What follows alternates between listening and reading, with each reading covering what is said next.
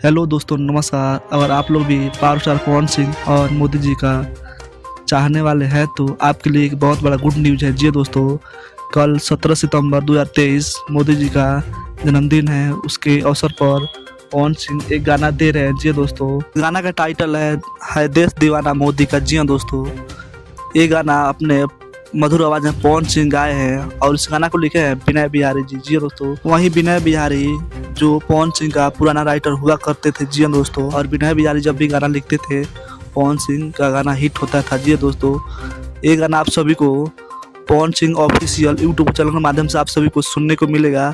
ये गाना आप सभी को 12:15 पर आज रात में आप सब सुन सकते हैं। जी दोस्तों, अगर आप लोग भी पावर स्टार पवन सिंह को मानते हैं तो हमारे चैनल को लाइक सब्सक्राइब कर दीजिएगा, और मोदी जी को मानते हैं तो कमेंट में हैप्पी बर्थडे मोदी जी जरूर लिखिएगा। जी दोस्तों, तब तक के लिए धन्यवाद। मिलते हैं अगले वीडियो में।